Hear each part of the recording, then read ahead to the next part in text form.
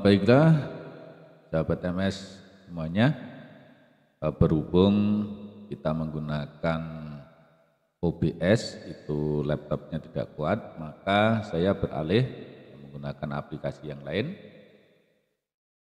Kita akan lanjutkan lagi untuk soal berikutnya, yaitu soal nomor 8. Data kebiasaan makan pagi dari 120 siswa pada suatu sekolah sebagai berikut. 66 siswa makan nasi, 47 siswa makan roti, 19 siswa tidak makan nasi maupun makan roti. Jadi tidak tahu makan apa gitu ya. Mungkin makan gorengan mungkin ya. Nah, banyaknya siswa makan nasi dan roti adalah jadi ada irisan, jadi ada yang makan roti dan nasi ya. Nah, caranya bagaimana? Kita akan buatkan diagram Venn-nya ya. Jadi misalkan ya, di sini adalah himpunan siswa yang sarapan paginya itu makan nasi, kemudian yang ini adalah makan roti. Ya, ini makan nasi, makan roti ya. Nah, kemudian yang tidak makan nasi maupun roti berarti ada di luar, ada berapa ini? Ada 19 ya, ada 19 anak. Sedangkan karena yang ditanyakan adalah banyak siswa yang makan nasi dan roti, itu berarti irisannya di sini, berarti ini adalah X ya. Nah, kemudian yang makan nasi tadi ada 66 siswa, tapi termasuk X ini. Ya, berarti yang di luar X itu adalah 66 dikurangi X. Yang makan roti ada 47, tetapi ada X di sini, berarti di sini 47 kurangi X. Ya, 47 kurang X. Sehingga ini 66 kurang X ditambah X ditambah 47 kurang X ditambah 19 itu harus sama dengan jumlah seluruhnya, yaitu 120. Sehingga kita akan tulis 66 kurangi X ya, ditambah X ditambah 47 kurangi X ya, ditambah 19 itu harus sama dengan 120. 66 ditambah 47 100 113 122 132 ya, 132. Ini negatif X dengan X ya, dijumlahkan habis ini masih ada negatif X sama dengan 120. Nah, sehingga negatif X sama dengan 120, ini pindah jadi dikurangi 132. Nah,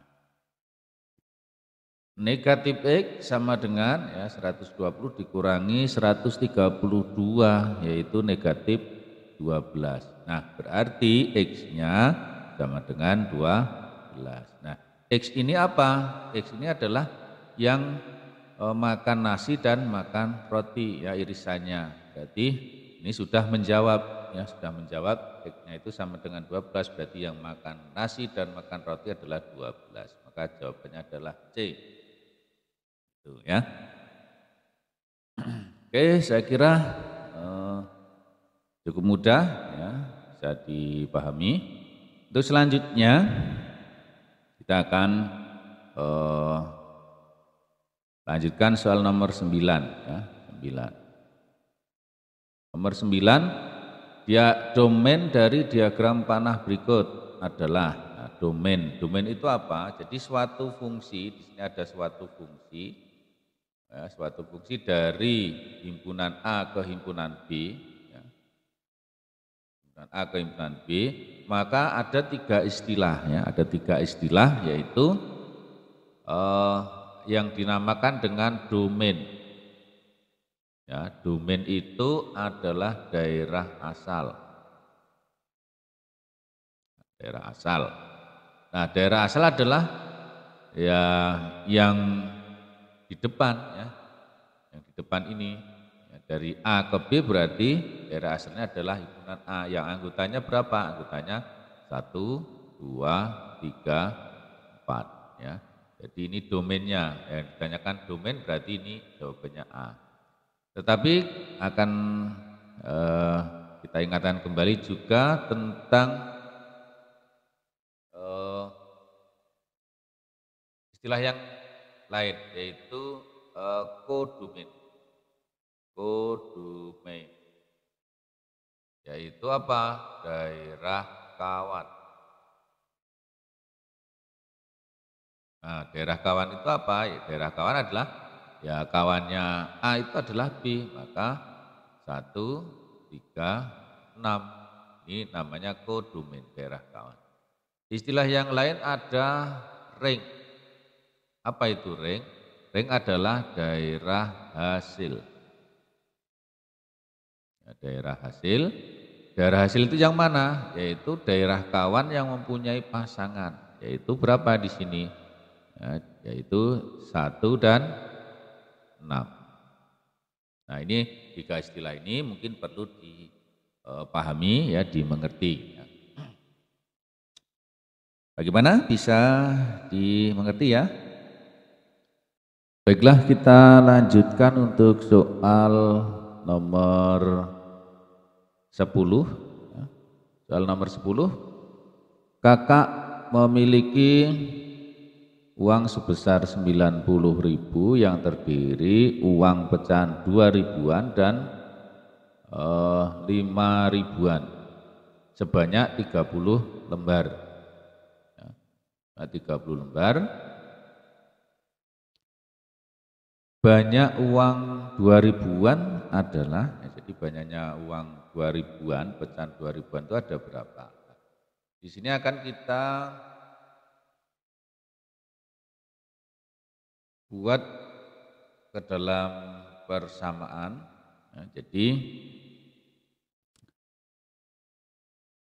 pecahan 2.000-an dan 5.000-an itu ada 30. Saya misalkan yang 2.000-an itu adalah X, yang 5.000-an itu adalah Y. Sehingga di sini X ditambah Y itu sama dengan 30. Sedangkan ya X-nya itu ada 2.000-annya itu ada X, berarti sama saja dengan 2.000 X ditambah 5.000 Y itu sama dengan 90.000. Nah, ini akan kita sederhanakan ya, kita sederhanakan dibagi 1.000 berarti akan sama dengan 2X ditambah 5Y ya, sama dengan 90. Nah, kalau ini saya tulis ulang ya di bawah sini ya, sehingga menjadi X ditambah 5Y, salah, X ditambah Y maksud saya ya.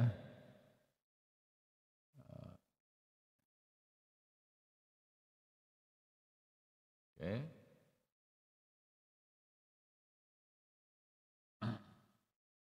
X ditambah Y sama dengan 30. Nah, ini akan kita selesaikan dengan menggunakan eliminasi ya. Ini dikali 1, ini dikali 5. Maka akan diperoleh ya 2X ditambah 5Y sama dengan 90. Yang bawah itu kalikan 5 berarti 5X ditambah 5Y sama dengan 150. Nah, ini kalau kita kurangkan ya 2X dikurangi 5X itu negatif 3X.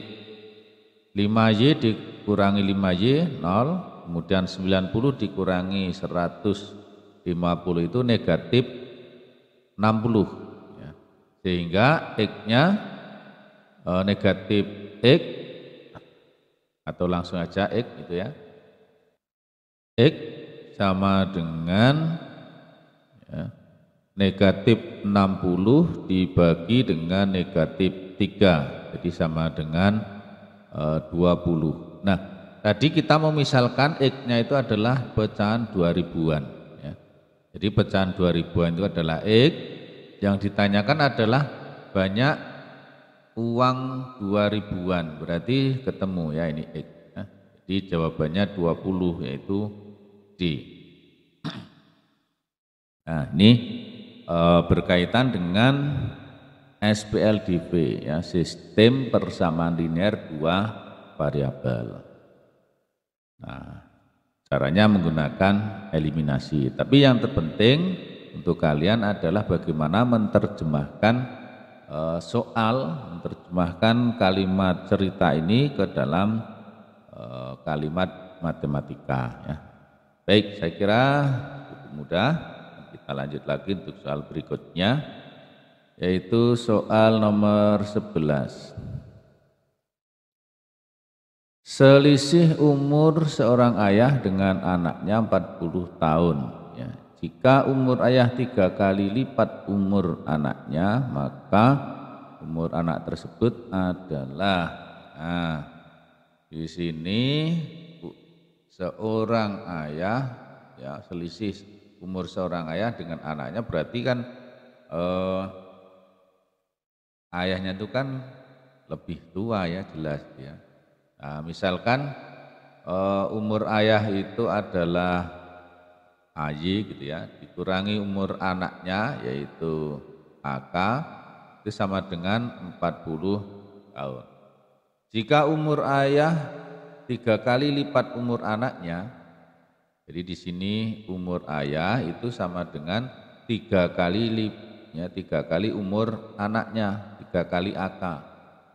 Maka umur anak tersebut adalah, nah, jadi di sini kita akan rubah ya persamaannya yang ekuivalen. Jadi ini AY dikurangi AK sama dengan 40. Nah, ini kalau AY ini pindah ke ruas kiri menjadi negatif ya, 3AK sama dengan 0. Nah, kalau ini saya kurangkan ya, maka ya AY kurangi AY 0 ya. Negatif AK dikurangi 3AK min 3AK berarti sama dengan 2AK. 40 kurangi 0, 40. Jadi AK-nya, umur anaknya sama dengan 40 dibagi 2, sama dengan 20 tahun. Nah, ini umur anaknya. Yang ditanyakan adalah umur anak. Berarti mana? Jawabannya adalah C. Oke, seperti itu. Mudah-mudahan bisa dimengerti. Saya lanjutkan lagi soal berikutnya, yaitu soal nomor 12. Salah satu nilai X yang memenuhi persamaan negatif 2X kuadrat ditambah 7X ya sama dengan negatif 15 adalah, oke, di sini ada beberapa cara ya, saya akan bahas dulu secara prosedural ya. Jadi negatif 2X kuadrat ditambah 7X ya sama dengan negatif 15. Ini saya rubah menjadi 2X kuadrat ditambah 7X, ini sama dengan ya, pindah jadi ditambah 15 sama dengan 0. Nah, kita akan cari dua bilangan yaitu M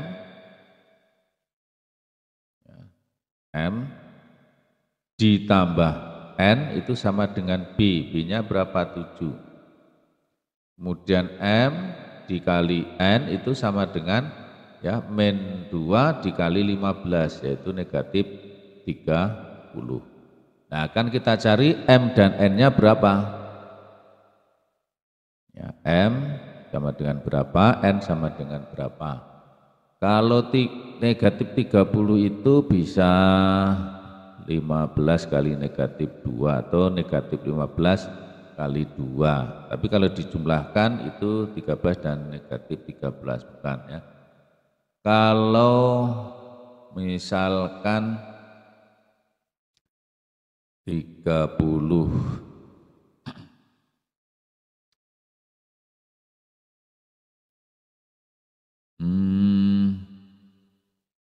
6 kali 5 6 kali 5 tapi selisihnya jumlahnya bukan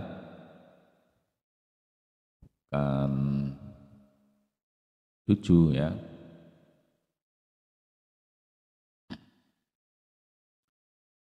Oke, ini kalau difaktorkan akan kesulitan ya, kesulitan. Oke, negatif 30 itu bisa 10 dengan negatif 3 ya. Jadi kalau dijumlahkan sama dengan 7, berarti ini M-nya 10, N-nya negatif 3. Jadi kalau dikalikan negatif 30, kalau dijumlahkan 7. Nah sehingga karena M dan N sudah ketemu, kita gunakan rumus. Jadi kita punya rumus kalau AX kuadrat ditambah BX ditambah C ya, sama dengan 0, maka ini bisa difaktorkan yaitu AX ditambah M kali AX ditambah N dibagi A ya. Ini untuk memfaktorkan. Nah, kita akan menggunakan rumus ini sehingga di sini akan diperoleh negatif 2X ditambah 10 dikali negatif 2X dikurangi 3 dibagi dengan negatif 2 sama dengan 0. Maka di sini bisa kita keluarkan negatif 2-nya. Negatif 2 kali ini X biar jadi 10 kalikan negatif 5. Ya. Negatif 2X kurangi 3 ya, kemudian dibagi dengan negatif 2 sama dengan 0. Nah di sini habis ya dibagi, berarti tinggal X kurangi 5 kali negatif 2X dikurangi 3 sama dengan 0. Maka di sini X-nya ketemu 5 ya, di sini X-nya ketemu negatif 3 per negatif 2 atau sama dengan 3 per 2. Nah, maka yang ada adalah ini ya, X sama dengan 5. Salah satu nilai X ya, sudah ketemu X-nya sama dengan 5 atau X sama dengan 3 per 2. Nah salah satunya yang ada adalah 5. Ya ini tentang persamaan kuadrat. Nah kita lanjut lagi untuk soal berikutnya yaitu nomor 13 tentang fungsi kuadrat. Tinggi dari balon udara dalam waktu X dapat dinyatakan dalam bentuk fungsi fx sama dengan negatif X kuadrat ditambah 12X tambah 18. Tinggi maksimum balon udara tersebut adalah, nah, jadi ada fungsi ya, fungsi fx sama dengan negatif 3X kuadrat ditambah Oke, mohon maaf ya ini ada error dulu ya.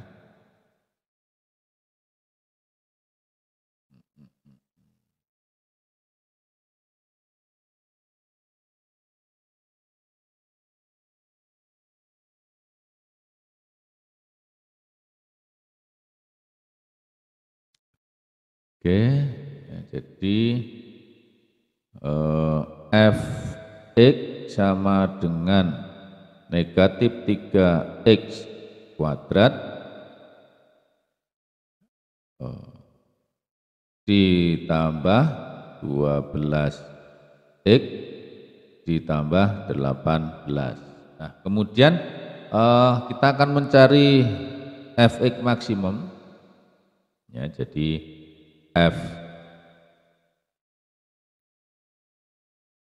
fx maksimum itu sama dengan rumusnya tuh ya. Rumusnya adalah D per min 4A ya. Nah, D itu apa? D itu adalah diskriminan, yaitu B kuadrat min 4AC ya, kemudian dibagi negatif 4A. Nah, akan kita cari B-nya 12 berarti 12 kuadrat ya, dikurangi 4, A-nya negatif 3, C-nya 18 dibagi min 4 kali min 3 ya. Nah, 3 sama dengan ini ya. Saya tulis 12 kali 12 ya, di sini negatif kali negatif jadi positif ya, ditambah ya, 12 kali 18 per 12. Nah, kemudian di sini ini ada 12 sama, 12-nya saya keluarkan, 12 kali ya 12 ditambah 18 per 12. Nah, di sini bisa dibagi sehingga akan ketemu 12 ditambah 18 yaitu 30. Nah, ini adalah maksimum, tinggi maksimum, berarti sudah ketemu yaitu 30 meter. Nah, jawabannya adalah C. Oke. Baiklah, saya akan pindah lagi dari Word karena ini ternyata juga banyak errornya, akan saya pindah ke yang lain gitu ya.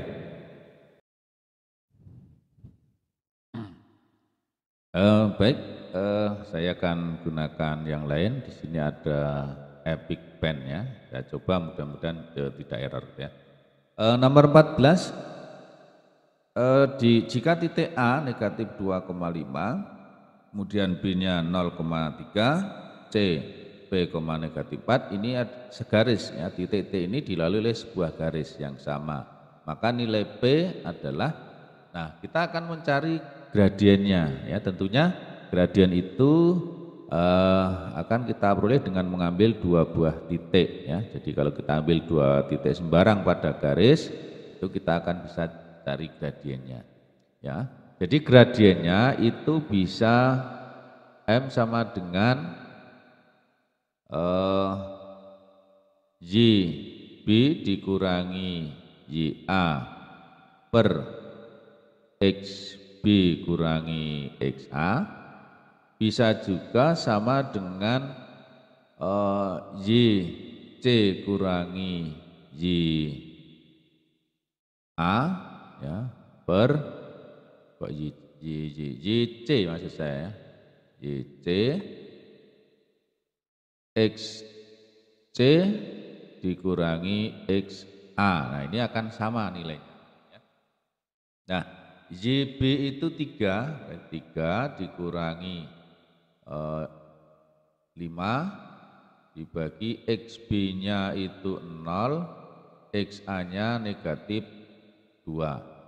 Harus sama dengan YC negatif 4, YA-nya 5, kurang 5, kemudian XC-nya itu P dikurangi negatif 2.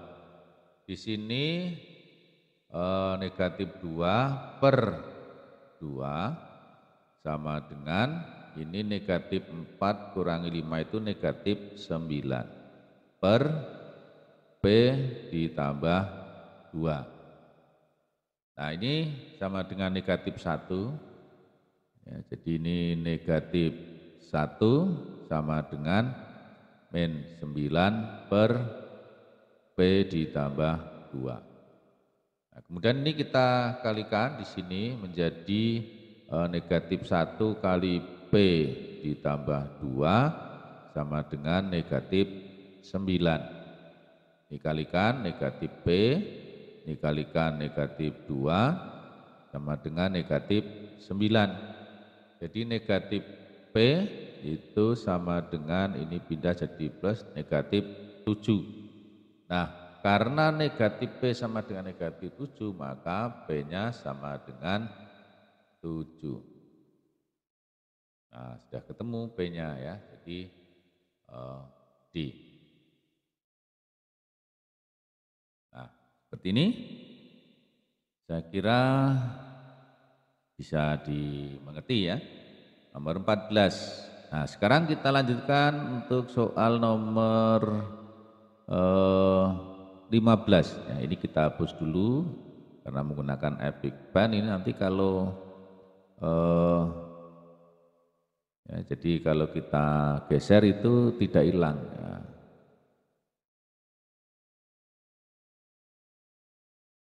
Ya, maaf ini not responding lagi.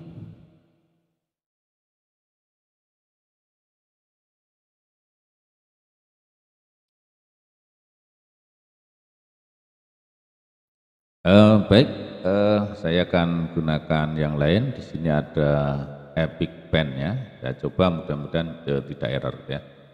Nomor 14,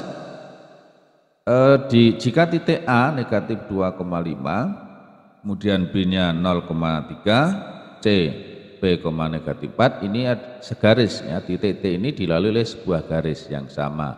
Maka nilai P adalah, nah kita akan mencari gradiennya ya, tentunya gradien itu akan kita peroleh dengan mengambil dua buah titik ya. Jadi kalau kita ambil dua titik sembarang pada garis itu kita akan bisa cari gradiennya ya.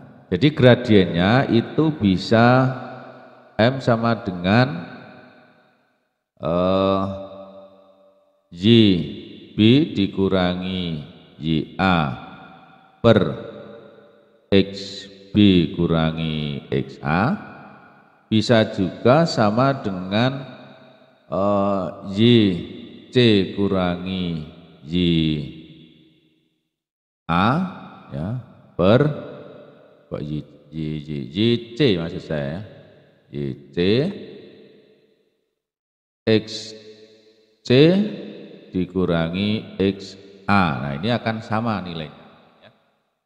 Nah YB itu 3 dikurangi 5 dibagi XB-nya itu 0, XA-nya negatif 2.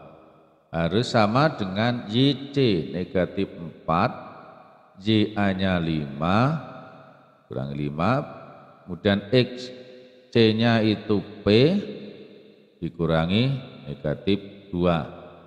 Di sini negatif 2 per 2 sama dengan ini negatif 4 kurangi 5 itu negatif 9 per P ditambah 2. Nah ini sama dengan negatif 1 ya, jadi ini negatif 1 sama dengan min 9 per P ditambah 2. Nah, kemudian ini kita kalikan di sini menjadi negatif 1 kali P ditambah 2 sama dengan negatif 9. Dikalikan negatif P, dikalikan negatif 2 sama dengan negatif 9. Jadi negatif P itu sama dengan ini pindah jadi plus negatif 7. Nah, karena negatif P sama dengan negatif 7, maka P-nya sama dengan 7. Nah, sudah ketemu P-nya ya, jadi D. Nah, seperti ini saya kira bisa dimengerti ya. Nomor 14. Nah, sekarang kita lanjutkan untuk soal nomor 15. Ya, ini kita hapus dulu karena menggunakan epic pen ini nanti kalau ya, jadi kalau kita geser itu tidak hilang ya.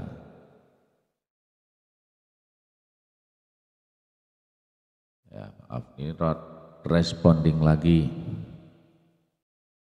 Baiklah, saya akan beralih lagi ke aplikasi yang lain karena tadi juga error. Sekarang saya akan gunakan Active Inspire ya. Nah, mudah-mudahan ini tidak error ya. Sekarang kita akan lanjutkan soal nomor 15 ya. Perhatikan gambar. Jadi gambarnya ini besar penyiku sudut ABD ya. ABD itu ini ya. Sudut ABD ya. Ini kemudian kita akan cari besar penyikunya. Nah, karena ini masih diketahui dalam bentuk variabel, maka akan kita cari dulu X-nya berapa gitu ya. Nah, karena sudut ABD, jadi sudut ABD ya, ditambah dengan sudut CBD ya, itu sama dengan 180 karena sudut lurus ya. Nah, di sini sudut ABD adalah X ditambah 25. Kemudian sudut CBD adalah 2X ditambah 5. Nah, ini sama dengan 180. Nah, X ditambah 2X adalah 3X. Nah, kemudian 25 tambah 5 itu sama dengan 30. Nah, ini sama dengan 180. Maka 3X ya, 30-nya pindah ke ruas kanan berarti 180 dikurangi 30 yaitu 150. Jadi X-nya itu sama dengan ya 150 dibagi 3 sama dengan 50. Nah, sehingga diperoleh besar sudut ABD itu sama dengan X ditambah 25 atau sama dengan 50 ditambah 25, jadi sama dengan 75. Nah, di sini yang ditanyakan adalah besar penyikunya. Nah, penyiku. Jadi penyiku sudut ABD itu sama dengan 90 karena berpenyiku dikurangi sudut ABD yaitu 90 dikurangi 75 atau sama dengan 15 ya, 15 derajat. Nah, ini adalah besar penyiku sudut ABD. Ya, jadi penyikunya itu ada di sini. Nah, ini besarnya. Nah, jawabannya adalah A. Oke. Baik, masih cukup mudah ya. Ini tentang sudut, ya, sudut berpelurus dan sudut berpenyiku. Baik, kita lanjut lagi untuk soal berikutnya. Ya. Soal nomor 16. Diketahui titik A, ya, ketahui titik A negatif 2,2, kemudian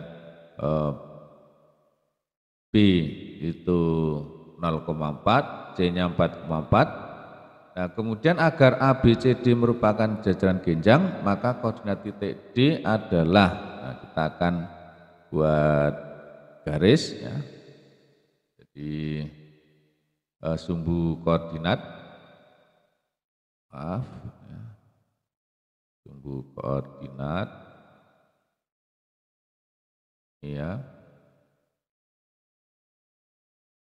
Ini misalkan 0,0, kemudian di sini ada negatif 2,2. Misalkan ini titiknya ya. Kita buat koordinat dulu. 1, 2, 3, 4, 5, 6. Di sini ya, ini sumbu X, ini sumbu Y. Titik negatif 2,2 berarti ini ke sana, ya, ini 2. Berarti ini titik A. Kemudian titik B 0,4, 0,4, 1, 2, 3, 4 di sini ya. Ini titik B. Kalau kita hubungkan menjadi seperti ini. Titik C 4,4, 4,4, 1, 2, 3, 4 berarti ke sana. Ya, ini 4. Ya. Nah, ini titik C. Nah, berarti titik D itu ke sana, yaitu berapa koma 2 ya. Jadi dari A ke B ini 2, 1, 2. Ya. Atau dari B ke A ke kiri 2 langkah, 1, 2. Maka dari titik C ke kiri 2 langkah, 1, 2. Berarti di sini, nah, ini adalah titik D, ya, titik D. Nah, agar ABCD itu membentuk jajaran ginjang, maka titik D-nya berapa ini? Ya, 2,2. Ya. Titik D 2,2. Jadi jawabannya adalah A. Jadi di sini kalian perlu membuat sketsa, ya, perlu membuat sketsa dulu. Baik. Kita lanjut lagi untuk soal berikutnya. Ya, kita harus sabar menunggu. Baik, di sini jika titik T aksen 9,12 merupakan bayangan dari titik T 6,8 setelah didilatasi dengan pusat O dengan faktor skala K, maka nilai faktor skala K itu adalah di sini untuk faktor skala pada dilatasi yaitu K itu sama dengan O T aksen per O T, ya. O T aksen per O T. Nah, di sini akan kita lihat jadi ini akan sama dengan apa namanya 0 atau T aksen X dikurangi 0, ya, atau dibagi, ya, dibagi T X dikurangi 0, ya. Nah, jadi sama dengan berapa ini? T aksennya itu negatif 9 kurangi 0, ya. Kemudian ini negatif 6 kurangi 0, ya, sama dengan negatif 6. Maka kalau kita bagi dengan 3, dibagi dengan negatif 3, itu 3 per 2. Jadi faktor skalanya adalah 3 per 2. Kita bisa juga menggunakan T aksen Y kurangi 0 dibagi T Y kurangi 0. Nanti ketemunya akan sama, ya. Jadi 3 per 2. Jadi T aksen X itu adalah ini, ya. Kemudian TX itu adalah yang ini. Jadi bisa menggunakan yang 12 dengan 8 untuk mencari faktor skala. Baik, saya kira juga cukup mudah. Saya lanjut lagi untuk soal berikutnya, yaitu soal nomor 18. Suatu area parkir berbentuk trapesium siku-siku. Saya akan buat sketsa trapesium siku-siku, berarti ini saya kira-kira ya.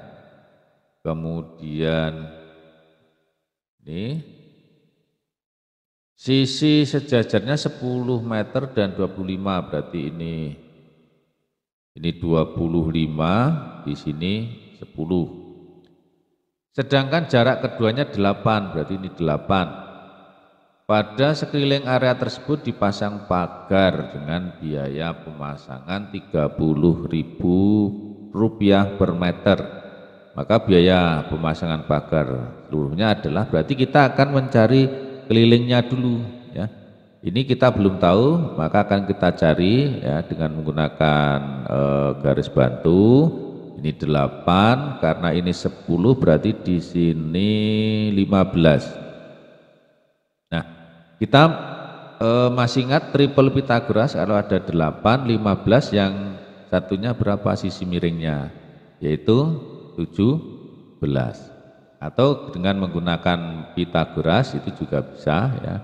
Pythagoras dengan rumus ini ya, misalkan di sini ini sama dengan C begitu, berarti kan C kuadrat itu sama dengan 8 kuadrat ditambah 15 kuadrat. Ya, nanti C-nya akan sama dengan ini 64 ditambah akar 64 ditambah 225 ya.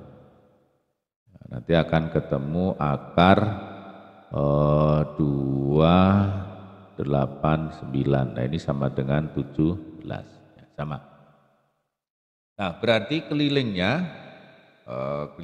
di sini 25 ditambah 17 ditambah 10 ditambah 8, jadi sama dengan ini 25, 50 tambah 10, 60, ada 60 meter. Nah, sehingga biayanya ya, biaya itu sama dengan 60 meter dikalikan dengan per meternya itu 30.000. Jadi sama dengan 1.800.000 rupiah. Nah, ini pemasangan pagarnya ya. Jadi jawabannya adalah D. Baik, saya kira bisa dipahami, mudah-mudahan bisa dipahami ya. Saya lanjut lagi.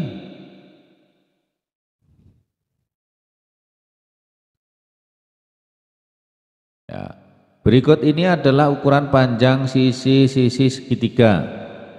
Yang I1 7 cm, 24 cm, 26 cm. Ya. Kemudian yang kedua 15, 20, 24. Yang ketiga 8, 15, 18. Nah, yang keempat 20, 21, 28.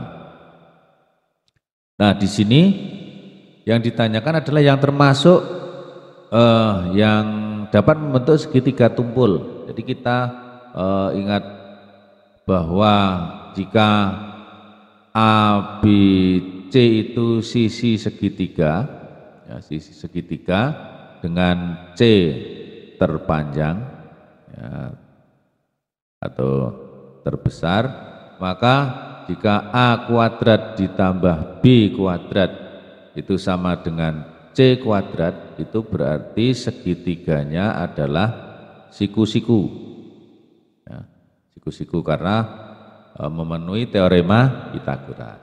Nah, tetapi jika A kuadrat ditambah B kuadrat kok lebih besar dari C kuadrat, maka segitiganya adalah lancip.